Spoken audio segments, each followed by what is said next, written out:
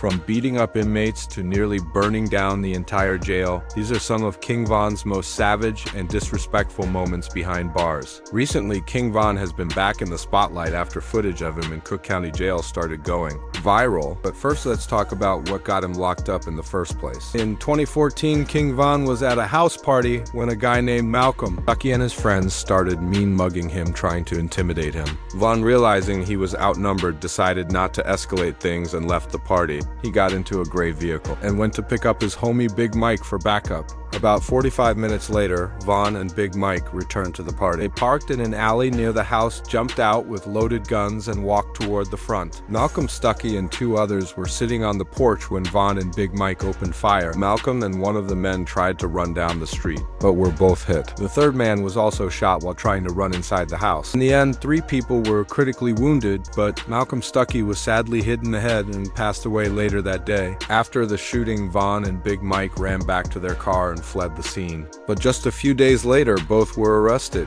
During the investigation, police recovered over 20 shell casings from the scene. Big Mike even admitted to police that he fired his gun 15 to 16 times at one of the victims. King Von, however, stayed silent during his interrogation. Because of the serious charges, first-degree murder and 2 attempted murder spoth, men were held without bond and faced possible life sentences. But even behind bars, King Von continued breaking the rules and disrespecting his ops. One of the wildest moments was when Von exposed one of his rivals in jail. While all the inmates were in a holding cell, things were calm until Von noticed 051 Freaky in the same room. As soon as he saw him, Von somehow slipped out of his handcuffs and rushed at Freaky. Freaky tried to hide, but Von caught him and started throwing punches, eventually knocking him to the ground. 2 other inmates jumped in to help Von, and it turned to a brawl until the prison guards rushed in to break it up. Both Von and Freaky were removed from the bullpen after the fight, but the question everyone had was, how did Von manage to slip out of those handcuffs?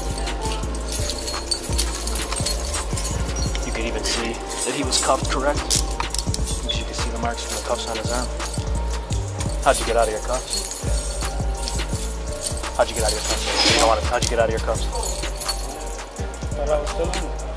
You thought you were still in them? Are you double jointed? I'm just asking. I'm not gonna put a case on you or nothing. I just want to know, man. No, I just got home. Turns out the reason Von attacked Freaky was because he had a disrespectful tattoo on his body that said L.A. Capone. Not long after the incident, someone tweeted, "Von beat someone up before court yesterday because he had L.A. tattooed on his arm." After the fight, police wanted statements from both Von and Freaky. And when they questioned Von, here's what he had to say. You all want to explain what happened? Who done? You refuse to give a statement? That's my statement right there. I ain't doing it. Mr. Bennett stating that he did not do anything. Anything else you want to add? Nah, that's it. You have any injuries? But 051 Freaky also kept it solid after the fight. When police questioned him about what happened, here's what he had to say. Mr. Howard, in all words, explain what happened? Slight incident. It's nothing though. It's nothing. Anything else you want to add? Do you have any injuries? People weren't surprised that Von attacked Freaky when he saw him, especially since 051. Is the crew believed to be responsible for L.A. Capone's death? On September 26, 2013, around 6 p.m. L.A., Capone was leaving a recording studio and went down the street to find his ride. While walking through an alley near 70th Street and Stony Island Avenue, he was approached and shot by someone later identified as 051 Lil Mick. So, Von clearly wanted payback for that situation, but that wasn't the only time Von exposed one of his ops while locked up. He also did the same to Lil J. A clip went viral showing Von asking the guards if he could be moved to protective custody. It looked like he was really trying to get there, even started acting suspicious just to convince the guards to move him. Sexual orientation requesting protective custody, is that correct? Bad job.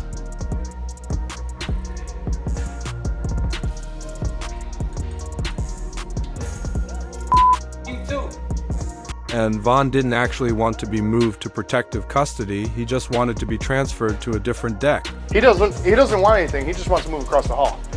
I asked him if he wanted a piece and he don't want it. He just wants to move across the hall. At first, no one knew why Vaughn wanted to be moved, but it turned out he didn't want to be on the same deck as his op, Lil J.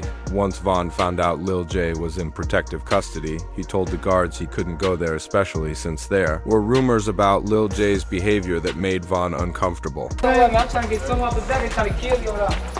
They stab you up. Whoever they do for me, stand with. That doesn't happen in protective custody. I just offered you protective custody and you refused it. I'm saying, I done did so much to people in the room. You gotta check my pants over. Y'all got all that shit on the computer. You got jumping going. Sir, that's up to classification to assign you different cells, okay? Vaughn isn't the only one who doesn't want to be around Lil J. Even his own friend FBG Butter didn't want to be near him. Instead of staying on the same block as Lil J, Butter asked the guards to move him to solitary confinement. My rappy down there, I got whole key separate on my rappy. My rappy got me jumped on and everything. I can't go down there.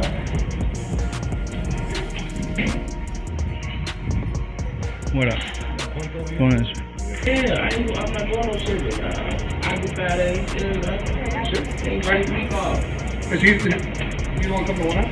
At first, not many people believed King Von when he tried to expose Lil J for acting suspicious in jail, especially since Lil J kept denying all the rumors. Another thing too is people were talking about, you know, some or messing with a guy. Let's clear the air on that too. That's like the number one thing people want to talk about. When I heard that was the most goofiest I ever heard in my life.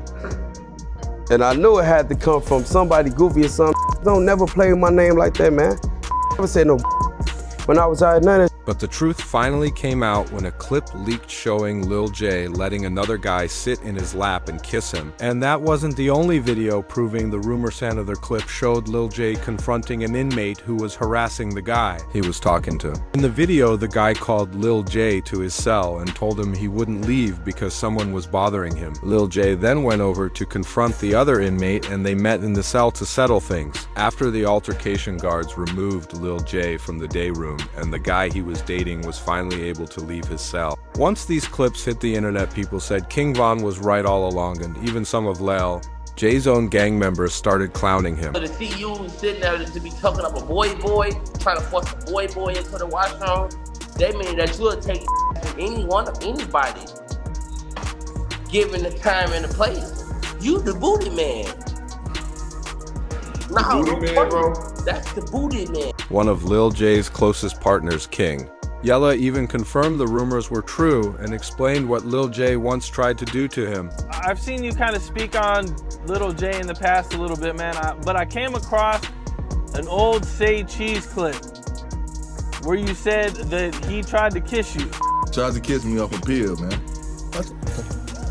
Lil J wasn't the only one throwing hands in the day room. One day, King Von was there when two guys started jumping one of his ops. As soon as Von saw what was happening, he jumped in, but things quickly got out of hand. Samin tried to run up on Von after he joined the fight, so Von threw a hard hook and dropped the guy. He then got chased by the guards and tackled to the ground. But Von didn't just get into fights with Inmatesh, also had an incident with a guard. He later explained what happened in an interview after everything went down. There was an incident that occurred up there at 2034 hours with Division 9 staff. Do you care to tell me in your own words what happened up there?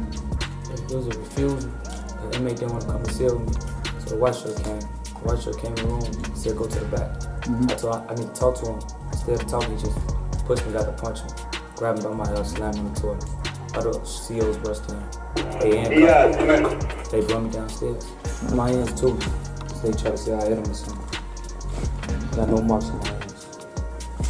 But that wasn't even the wildest thing Von did. There was actually an incident where King Von nearly set the entire jail on fire. On April 15th, 2017, Von and several other inmates started a fire inside Cook County Jail, the room filled with smoke, and the fire kept growing, but luckily it burned out before things got too serious. Von was doing all kinds of wild things in jail. There's even footage of him taking pills behind bars. When the guards found out, they immediately put him in handcuffs and sent him to solitary confinement. After spending 3.5 years in jail, Von's trial finally started.